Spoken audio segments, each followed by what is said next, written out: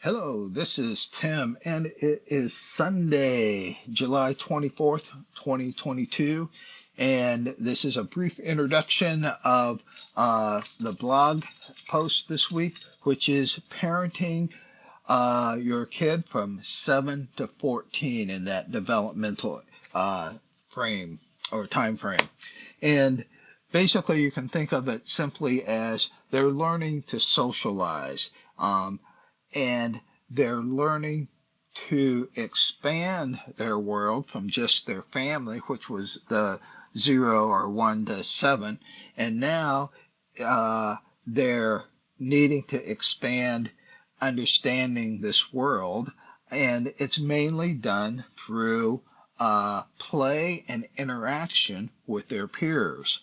And so it's important to understand that's what's happening because this is where they sort of lay down some of the fundamentals about learning how to communicate, how to interact, what is the emotional feelings, the dynamics behind words, behind feelings, behind how and why people are behaving the way they do, and realize this is kind of an elemental thing, but this is where they sort of learn this basics that will follow them through the rest of their life, and they'll refine that and learn other skills and stuff like that. So, as your parental task is to kind of expose them to opportunities to learn how to navigate the socialization interaction with their peers.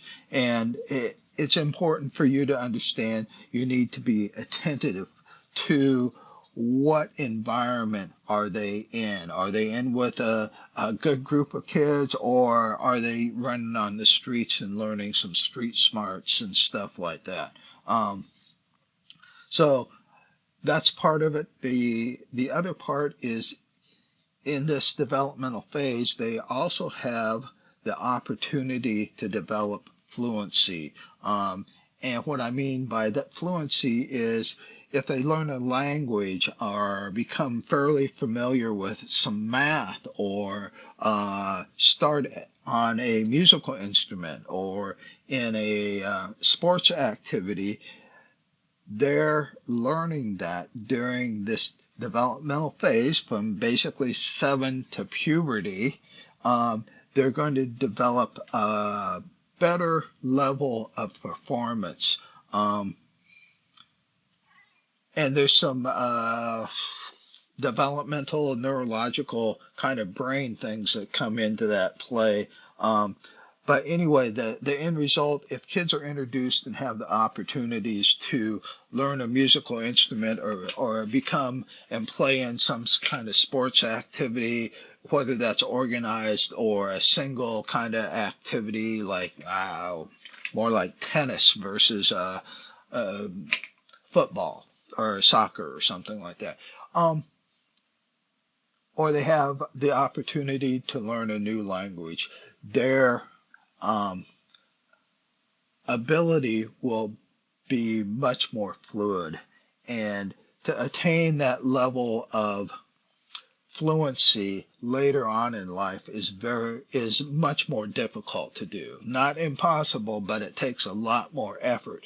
So kids kind of, again, in a way, are just when they're exposed to that, say a foreign language, say, you end up moving to Mexico, and when they're, 7, 8 years old, and they go to school for a few years down in Mexico, and then they move back to the home state or wherever to the United States, they're going to be able to speak Spanish much more fluently than if they were trying to learn it when they're 18 or later or as an adult. It's difficult to attain that level of fluency later on in life. So I wanted to point that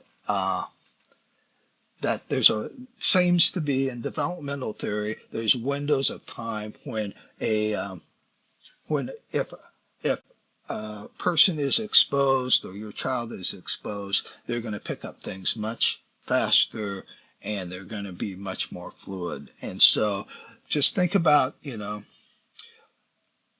exposing them to opportunities to develop uh, that. And that also goes back to the socialization. If they learn to socialize well, learn to understand how to interact well, understand what are the feelings behind the interactions or behind the words, behind the facial uh, sort of things, they will develop a much more